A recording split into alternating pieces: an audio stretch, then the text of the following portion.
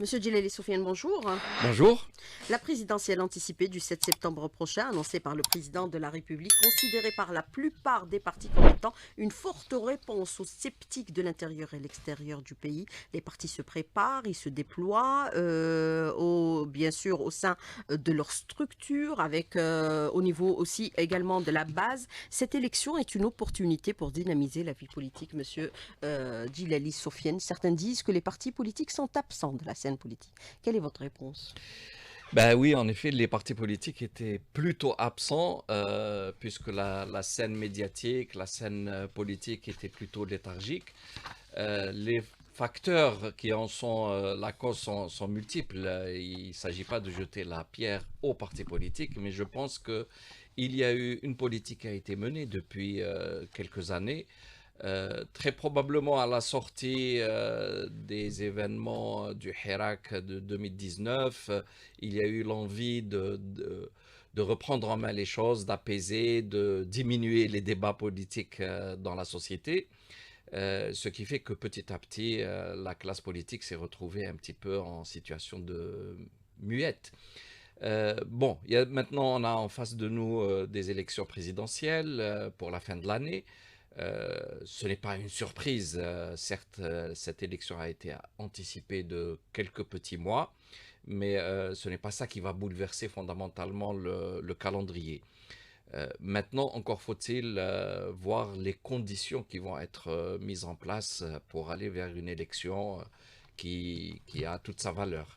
Alors justement, une élection présidentielle, une opportunité pour favoriser le débat bien sûr avec des propositions, puisque beaucoup considèrent aujourd'hui que les partis politiques, c'est une force de proposition, monsieur Djellali Soufiane. C'est leur rôle. Mm. Toute vie politique dans n'importe quel pays, un État de droit, une démocratie, doit avoir des partis politiques qui sont en fait le creuset dans lequel se forme l'opinion publique. Les partis politiques sont théoriquement là pour apporter une vision, pour apporter un projet de société, pour avoir un programme politique, économique, social, etc. De manière contradictoire, puisque c'est un petit peu le soubassement du multipartisme. Ensuite, laisser les citoyens choisir en toute connaissance de cause. Encore faut-il organiser tout cela, parce que la démocratie, ce n'est pas simplement une décision politique et encore moins une loi qu'on signe et on établit la démocratie. La démocratie, c'est quand même un fruit qui vient à la suite de changements très profonds dans une société. Elle est en relation avec la modernité. La modernité est un ensemble de changements très complexes qui s'opèrent à travers le temps.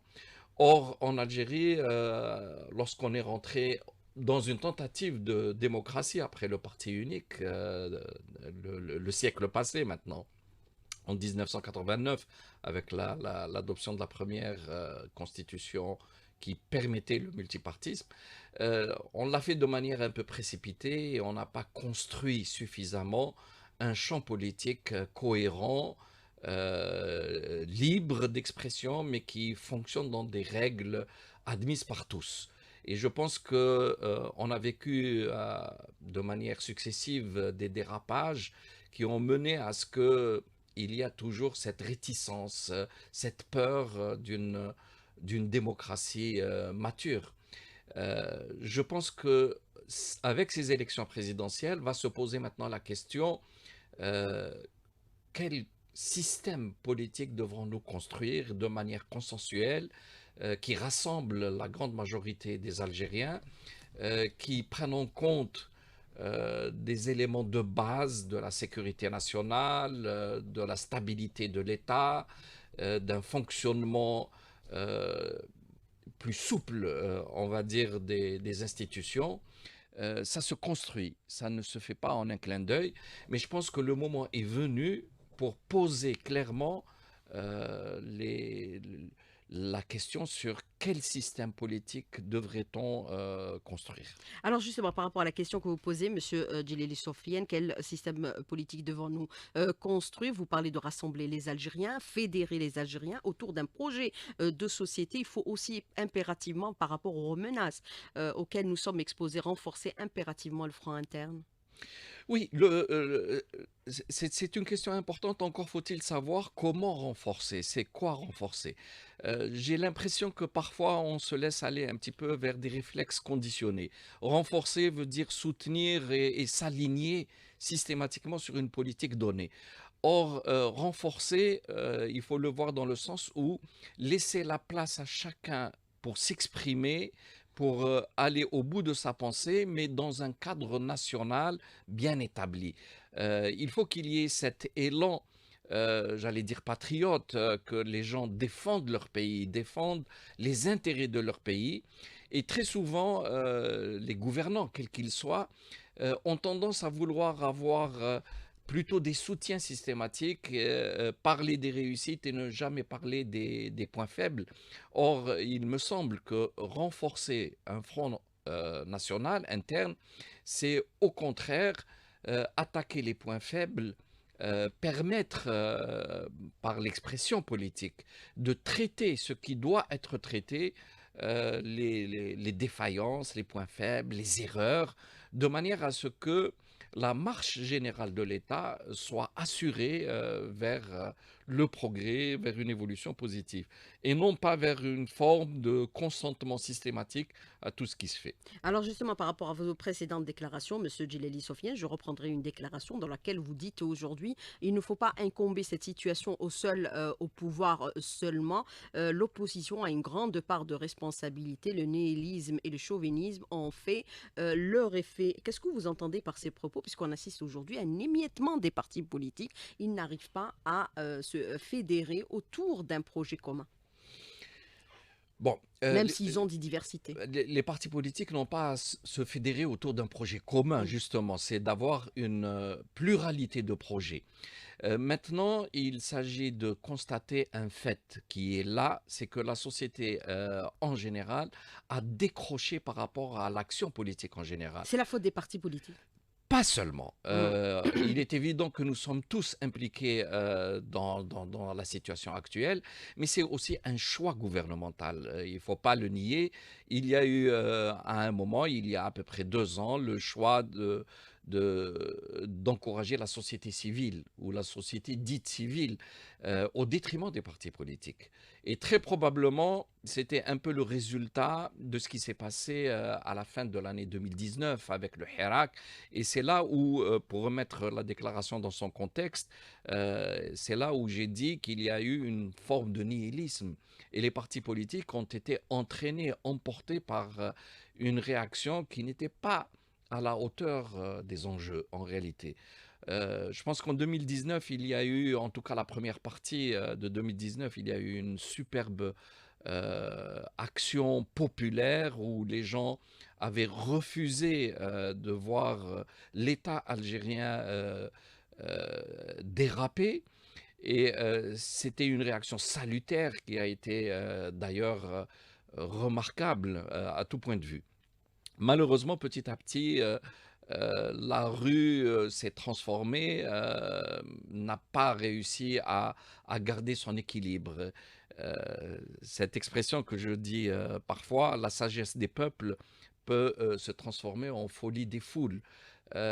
Et malheureusement, la foule a entraîné beaucoup de partis politiques, de personnalités, de responsables. C'est ce qui a créé ce sentiment d'un d'un nihilisme.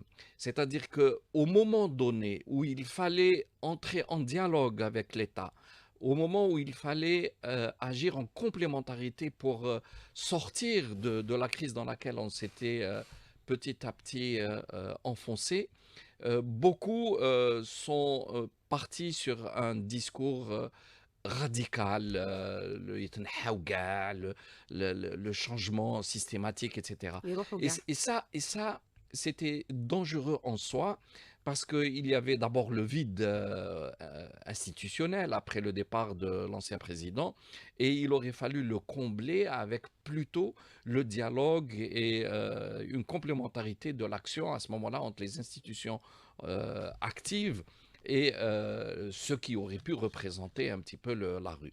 Bon, c'est du passé, maintenant il faut s'atteler à construire notre avenir. Notre avenir doit être un état de droit, une démocratie assumée, mais bien entendu construite, parce que très souvent nous sommes un peu dans l'impensé. C'est-à-dire qu'on a l'impression que une fois qu'on a dit on veut la démocratie, on va faire les élections, et que tout se fait naturellement à la suite. Or, ce n'est pas comme ça que ça se déroule. Il faut réellement construire, il faut penser cette démocratie, il faut penser cette modernité qu'on veut instaurer. Ce n'est pas quelque chose qui vient par elle-même. Alors, Djil Djedi sera impliqué dans le processus. Quel niveau exactement, Monsieur Djilali Sofiane, puisque nous avons vu que par le passé, vous avez été extrêmement dynamique sur toutes les questions, que ce soit sur les questions géopolitiques et notamment celles qui se produisent actuellement au niveau de Gaza avec l'extermination de la population razaoui, et également sur la nécessité aujourd'hui de fédérer les partis politiques autour d'un projet qui a été initié par certaines parties, et vous faites partie, bien sûr, de cette Ouais. initiative.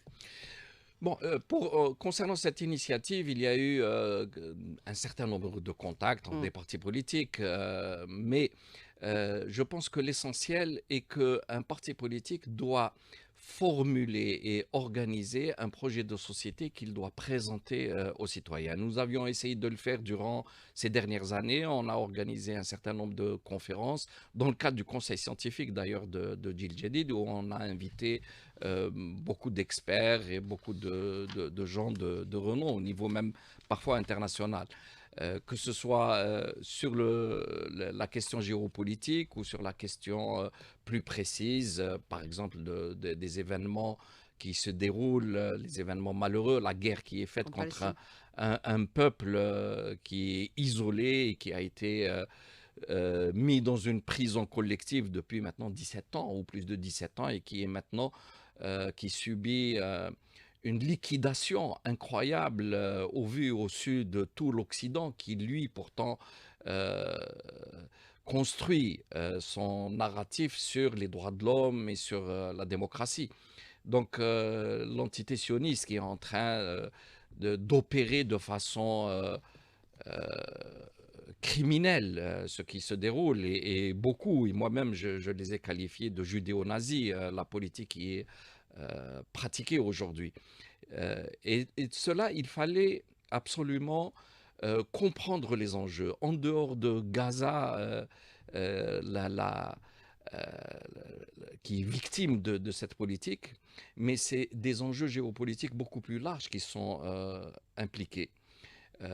C'est un jeu de puissance, c'est le basculement d'un moment unipolaire vers un monde multipolaire.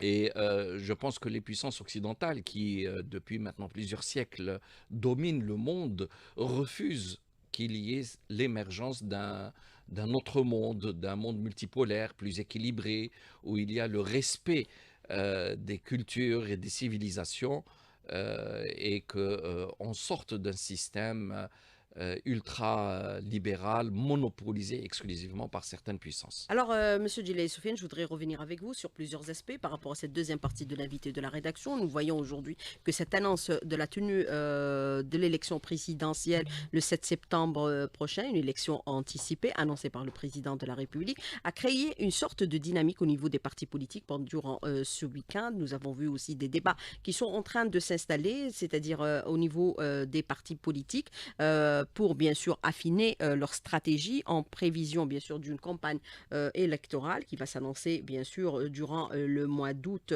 prochain, bien sûr juste avant la tenue de l'élection présidentielle, aussi bien au niveau du pays qu'à l'extérieur du pays. Il faudrait mobiliser aussi toutes les parties concernées, y compris à l'extérieur du pays. Monsieur Djilali Sofiane, la diaspora a un rôle important dans ce processus électoral. Oui, bien entendu, la diaspora algérienne est très importante, non pas simplement comme des électeurs potentiels, ce qui est de leur droit. Tout Algérien, et quel que soit son lieu de résidence, a le droit et même le devoir de participer au choix de ses dirigeants. Mais la diaspora algérienne est d'autant plus importante qu'elle a beaucoup de choses à donner au pays. Normalement, on devrait s'en occuper de façon un peu plus j'allais dire, un peu plus proche, un peu plus attentive. La diaspora algérienne recèle des capacités très importantes, tant du point de vue de la formation, du niveau de formation des gens, mais aussi des moyens et des connaissances Elle peut dans constituer un raison de lobby l'entreprise. aussi. Absolument. Et donc, elle peut déjà revenir vers le pays et beaucoup de conditions sont là pour que justement elle revienne, pour investir, pour animer, pour participer à la vie nationale, surtout sur le plan économique. Mais aussi, elle représente aussi une possibilité de lobbying de manière tout à fait transparente et claire. Je pense qu'il y a beaucoup de pays qui organisent leur communauté, qu'elle soit en France, en Allemagne ou en Belgique. De ce point de vue, l'Algérie a pris un peu de retard.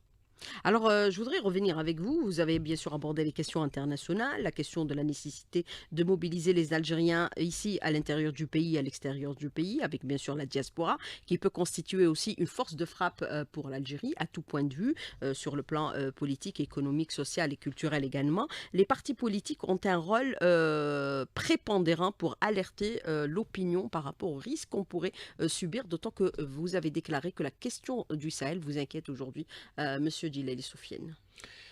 Oui, parmi les points difficiles pour l'Algérie actuellement, c'est le désordre un peu qui s'établit autour de ses frontières. Et on voit bien qu'il n'y a pratiquement plus aucune frontière tout à fait stabilisée, ou en tout cas aucun pays voisin complètement stabilisé. L'Algérie a besoin d'avoir un voisinage stable, d'avoir un voisinage coopératif. Les problèmes sont immenses, les problèmes de développement en particulier. Or, on a vu ces derniers temps, au niveau du Sahel, d'abord un interventionnisme étranger actif. Plusieurs puissances s'y intéressent de près. Tout le monde sait que le Sahel recèle et regorge De de richesse. richesses naturelles. Mais ce sont des États très fragiles parce que jusqu'à présent, ce sont des États qui n'ont pas eu l'occasion de se développer naturellement, étant sous l'emprise très souvent de puissances extérieures. D'autant plus maintenant qu'au niveau du Sahel, il y a des fractures dans leur société. Tout le monde sait que, en particulier le Mali et le Niger, qui sont nos voisins, sont multiethniques et que se posent des problèmes de concurrence entre ces ethnies sur les richesses et sur le pouvoir dans ces États-là. Et l'Algérie avait intervenu à plusieurs reprises pour calmer, disons, les ardeurs, pour essayer de rétablir des relations fraternelles dans ces pays. Mais avec l'intervention de pays extérieurs à la région et qui semblent convoiter plutôt avec leurs moyens financiers, humains et peut-être même militaires, donc semblent convoiter ces richesses-là et introduisent des conflits ou peuvent exacerber les conflits qui sont là.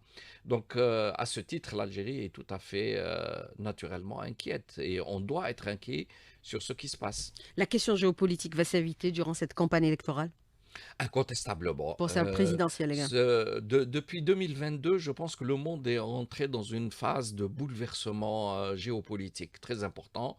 Tout le monde a vu depuis la déclaration de guerre en Ukraine comment les événements se succèdent.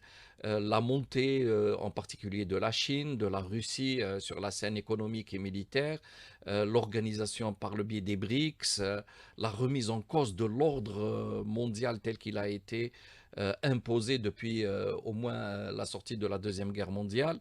et l'ordre financier aussi depuis Bretton Woods en Mm. 1945. Donc tout ceci est remis en cause.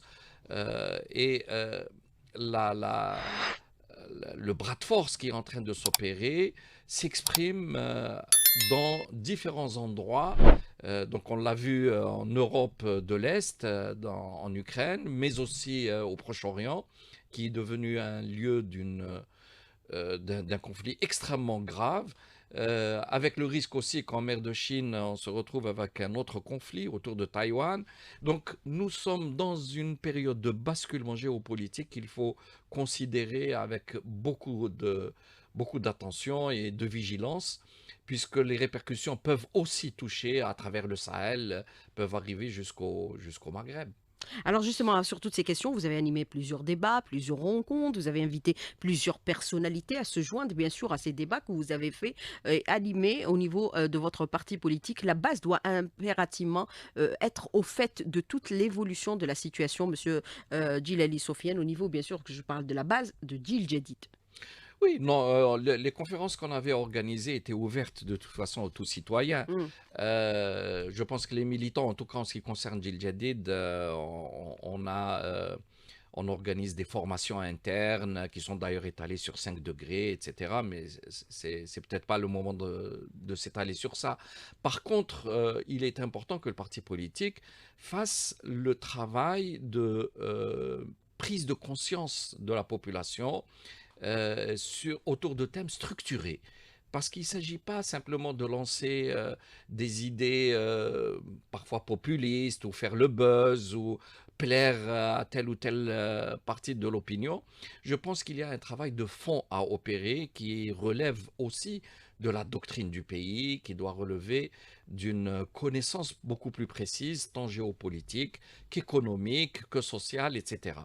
Mais c'est là où, si on revient au débat en premier, les choix que doit opérer l'État algérien maintenant, et en particulier pour l'avenir, pour ne pas rester simplement sur le passé ou le présent.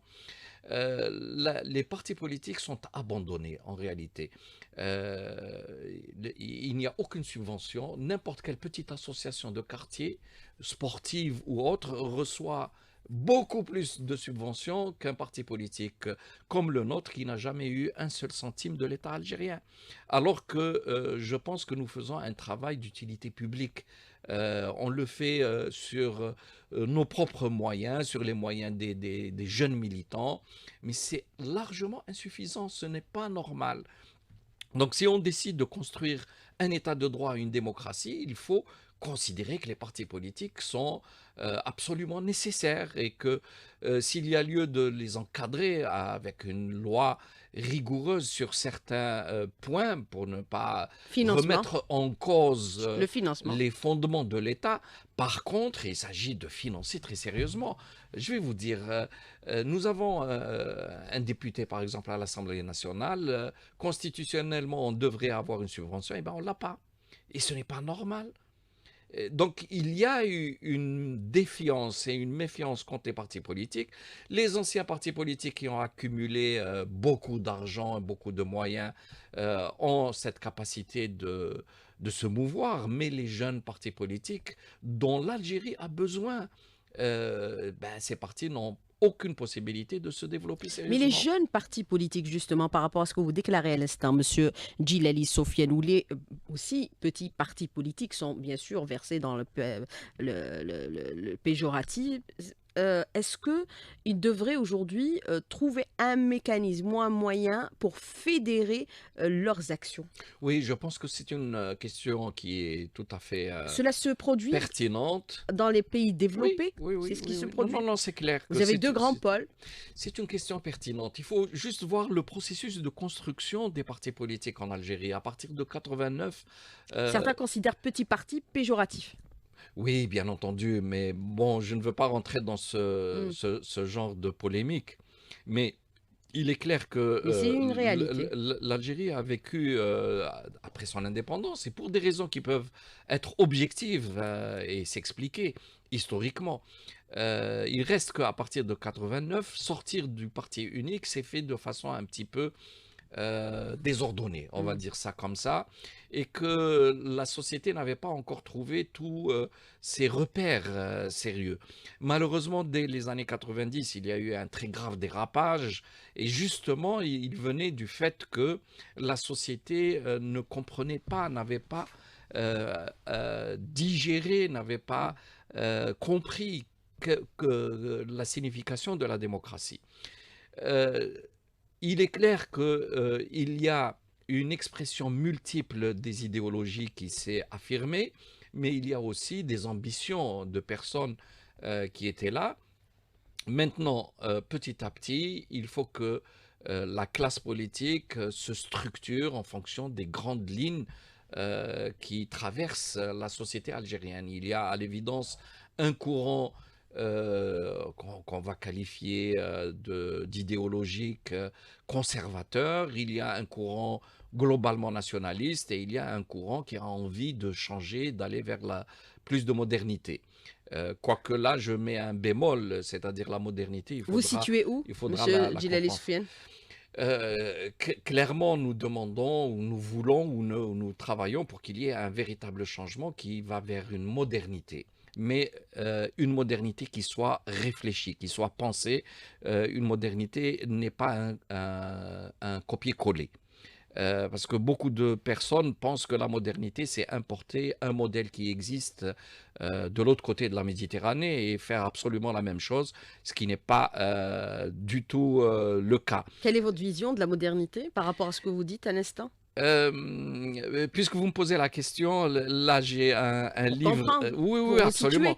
resituer. J'ai un livre qui va sortir très bientôt, qui a été fini, qui s'appelle La modernité, genèse et destin de la civilisation occidentale. Et parce qu'il fallait absolument comprendre la modernité occidentale pour ensuite prendre ce qui est bon et éviter ce qui est mauvais. Et d'ailleurs, ce livre sera suivi par un deuxième qui sera La voie de l'Algérie dans la modernité. C'est-à-dire, quelle modernité devons-nous construire? Mais quelle est On ne votre peut pas... vision de la modernité? Alors, Vous avez parlé des deux livres, mais je parle de la vision de Djil Djedid, monsieur oui, Djilali Soufiane. ça dépend comment on Non, non, mais, perçoit la modernité. Bon, la mais qu'est-ce que vous modernité, entendez par modernité la que vous modernité, préconisez? c'est d'abord revoir un certain nombre dans notre société. Notre société, comme vous le savez, est très asymétrique. Elle est construite sur des données traditionnalistes qui sont très souvent dépassées par le temps. Et notre société ne pouvait pas s'adapter telle qu'elle au monde contemporain. Or, il a fallu qu'elle évolue, qu'elle s'ouvre, qu'elle intègre un certain nombre de données extérieures à elle, et elle l'a très mal fait. C'est pour ça que nous avions vécu des décennies terribles. Je vous rappelle que dans les années 90, Vous parlez de questions identitaires. les questions identitaires, la question du rôle de la femme dans la société, le rôle de la famille dans la société, il faut rééquilibrer tout ça. Et ensuite, vous avez bien entendu tout le phénomène éducatif, d'instruction, de Qu'est-ce que vous prise en proposez? charge de la technologie. Et qu'est-ce que vous proposez? Je ne pourrais pas le répondre en 2 mots, ça serait beaucoup trop court, mais parmi les conférences qu'on organisait, il y a eu au moins 2 conférences qui touchaient au projet de société et sur la modernité. Mais justement, par rapport à ces questions que vous soulevez à l'instant, monsieur Djilali Soufiane, le projet de société, son évolution, sa modernité, est-ce que la question aussi de Djil Djedid comme acteur de la campagne électorale, de la présidentielle, est à l'ordre du jour? Vous la discutez au sein de votre parti actuellement, monsieur Djilali Soufiane? Je pense qu'aucun parti politique sérieux Mm. ne peut faire l'impasse sur des élections présidentielles. Donc, bien entendu, Et il c'est y a l'ambition un aussi des débat. leaders politiques C'est d'accéder tout à à la fait normal magistrature suprême. lorsqu'on Mm. porte un projet de société, lorsqu'on a une idée sur quel type de programme mettre en place, on a envie de le défendre et de contribuer à la construction du pays dans la voie qui nous semble être la meilleure pour le pays. Vous serez candidat? Ensuite, c'est trop tôt pour répondre. Être candidat signifie dépasser, bien entendu, son propre, sa position personnelle. Ça implique un certain nombre de conditions qui ne sont pas encore tout à fait visibles pour le moment pour s'y engager. Qu'est-ce que vous entendez par ces propos? Pour être plus clair, Monsieur Écoutez, Djilali Soufien. écoutez, il y a d'abord, on verra comment le scrutin va être mis en place sur la possibilité d'intervenir. Ensuite, il y a des conditions tout à fait de logistique, des conditions parce que ce n'est pas un désir personnel, il faut répondre aussi à un besoin de la société. Mais vous Et l'avez donc, déjà été par le passé, ça- Monsieur Djilali Soufien, et vous avez dépassé les questions logistiques. J'avais été candidat à la candidature et j'avais retiré ma candidature parce que les conditions politiques ne s'y prêtaient pas. Et donc là, on verra si les conditions politiques s'y prêteront ou non. Alors, autre question que je voudrais aborder avec vous, c'est celle de l'auditeur qui vous dit aujourd'hui, Monsieur Djilali Sofiane, est-ce qu'on peut aujourd'hui, par exemple, parler de ces questions géopolitiques et alerter l'opinion sur les dangers qui guettent notre pays, d'autres nations également, puisqu'il s'agit aujourd'hui de menaces directes aux États-nations. Quelle est votre réponse justement par rapport à cette question précisément quand on voit aujourd'hui que la volonté, c'est l'émiettement des États? Oui, c'est une question extrêmement importante, on le voit bien, parce que en réalité, le monde occidental s'orientait vers un monde unipolaire et pour avoir le pouvoir sur ce monde unipolaire, il fallait affaiblir absolument les États-nations. On le voit en Europe, par exemple, où il y a une politique très nette pour éliminer, liquider les nations. Très souvent, même des pays qui regorgent de ressources sont mis dans une catégorie où on pousse à la faillite des États. Et alors, je ne veux pas rentrer dans la théorie et les explications, la doctrine de Rumsfeld-Zebrowski, par exemple, où il faut absolument détruire les États autour du cœur occidental de manière à organiser le pillage de ces pays. Donc, oui, l'État-nation est d'abord une création de la modernité. C'est pour ça que je parlais tout à l'heure de conditions complexes pour arriver à la modernité. L'État-nation est réellement le reflet de la modernité. Dès le XVIIIe et XIXe siècle, ces États se sont constitués sur cette base-là. En fait, dès 1848, avec le traité de Westphalie qui permettait la constitution des États. Bon, je ne veux pas rentrer peut-être dans trop de détails qui n'intéresseraient pas tout le monde. L'essentiel à dire est que l'Algérie est aujourd'hui un acteur qui peut devenir extrêmement important dans la géopolitique mondiale, bien sûr dans notre région en particulier. Nous sommes une porte d'entrée pour l'Afrique, pour l'Europe et une grande partie du monde asiatique. Nous sommes aussi une porte d'entrée vers l'Europe pour l'Afrique. Et ce lieu de passage peut être revalorisé de manière à mettre en évidence nos atouts. Et c'est pour ça qu'il faut établir un programme de développement national en considérant tant la géopolitique que l'économie nationale, que nos capacités humaines et de ressources naturelles. Alors, vous avez ce commentaire de l'auditeur qui vous dit construire aujourd'hui un projet de société sans tabou et avec l'acceptation des différences qui ont émergé dans notre société, avoir un projet fédérateur autour de l'identité algérienne et tout son contenu hors toute considération. Voilà, voilà. Oui, Je pense qu'elle parle sans exclusion. Oui. l'Algérie doit affirmer sa personnalité. Et sa personnalité passe à travers son identité. Et clairement, Défendre les principes et les positions de l'Algérie. ah oui, l'Algérie a son ADN de toute Ouais. façon, hein. Depuis la révolution de 54, il est clair Et on le que manifeste haut et fort. oui, oui, oui, clairement, il ne s'agit surtout pas de remettre en cause les principes sur lesquels s'est construite l'Algérie. Maintenant, ça n'empêche pas une évolution. L'État évolue dans sa construction, les rapports entre les gouvernants et les gouvernés doivent changer. Il y a une maturation de la citoyenneté. Il faut aller vers quelque chose de nouveau qui implique l'Algérien en tant que citoyen. Chaque Algérien doit sentir qu'il participe de cette Algérie-là, qu'il a des actions de cette Algérie-là. Il n'est pas un sujet. Il n'est pas là juste pour répondre aux ordres, mais il doit participer à la vie citoyenne. Et je pense que ce côté-là nous manque beaucoup depuis ces dernières années pour de raisons multiples, objectives et subjectives.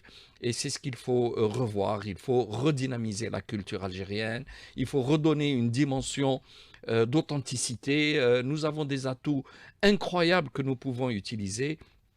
Et malheureusement, on ne les emploie pas tellement. Alors, vous avez ce commentaire de l'auditeur qui vous dit aujourd'hui, vous parlez du principe de la modernité. Modernité, c'est synonyme pour vous de laïcité, monsieur Djilali Sofiane? Non, pas forcément. Bien Pour entendu, clarifier ce point. oui, oui, oui, bien sûr. La question de la religion se pose, se posera encore. Je pense qu'un pays sans avoir une dimension spirituelle est un pays qui va s'assécher et qui va se détruire de C'est notre l'intérieur. identité aussi.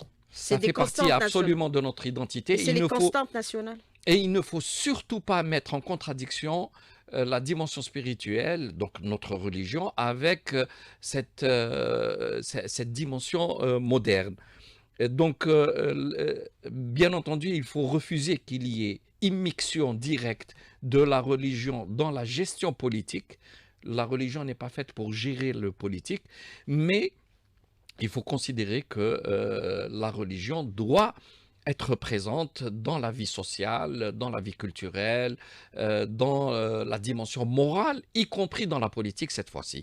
C'est-à-dire que pratiquer la politique à travers des principes moraux. Alors, vous avez déclaré, je serai candidat si les conditions politiques sont réunies aujourd'hui. Qu'est-ce que vous entendez par là? C'est la question de l'auditeur qui revient. Est-ce qu'on peut, dans votre question, vous suggérer éventuellement de connaître les candidats, monsieur Djilali Sofiane, De connaître les candidats. de connaître vos adversaires, d'avoir ce que vous aurez en face? Non, pas forcément. Bon, je pense que la classe politique actuellement n'est pas si riche que ça et je pense qu'il y a quelques noms qui peuvent apparaître.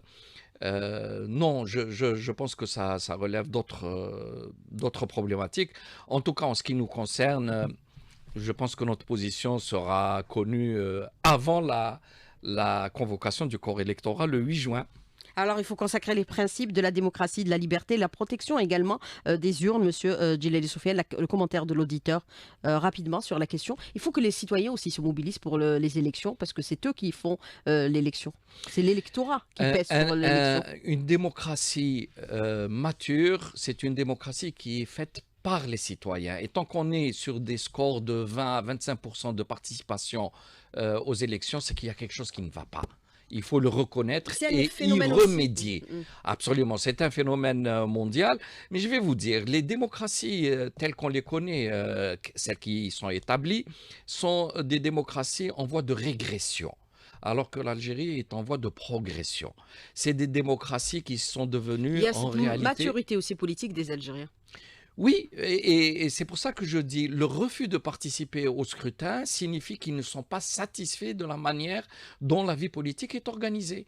C'est tout un débat, même à l'international, on se pose ces questions-là. Oui, je le sais, mais lorsqu'on voit la participation, par exemple en Russie, la dernière participation a fait plus de 70% lors de l'élection présidentielle. Il faut qu'on arrive à dépasser les 50%. Ce n'est pas normal que les Algériens fuient la politique ou la refusent ou ne s'y intéressent pas. Parce oui, mais en situation de guerre, c'est un principe. Les populations soutiennent leur président. C'était le même principe pour Franklin Roosevelt qui a eu 3e mandat parce qu'ils étaient en 2e guerre mondiale. Oui, mais on le voit nettement. Autant aux États-Unis qu'en Europe, ce sont des démocraties qui ont vieilli et qui sont en train petit à petit de devenir en fait Nous, on est une démocratie naissante. un habillage de communication et de moins en moins d'implication des sociétés. L'Algérie, c'est un autre phénomène. Nous sommes dans un axe montant. Nous sommes en train de construire une démocratie et c'est pour ça qu'il faut s'y impliquer. Monsieur Djeleli Soufiane, merci d'avoir répondu à nos questions et d'avoir été en direct avec nous ce matin dans le studio. Merci beaucoup. Bonne Merci, journée. À merci à bientôt. vous. Sahar À demain. Makom. Merci.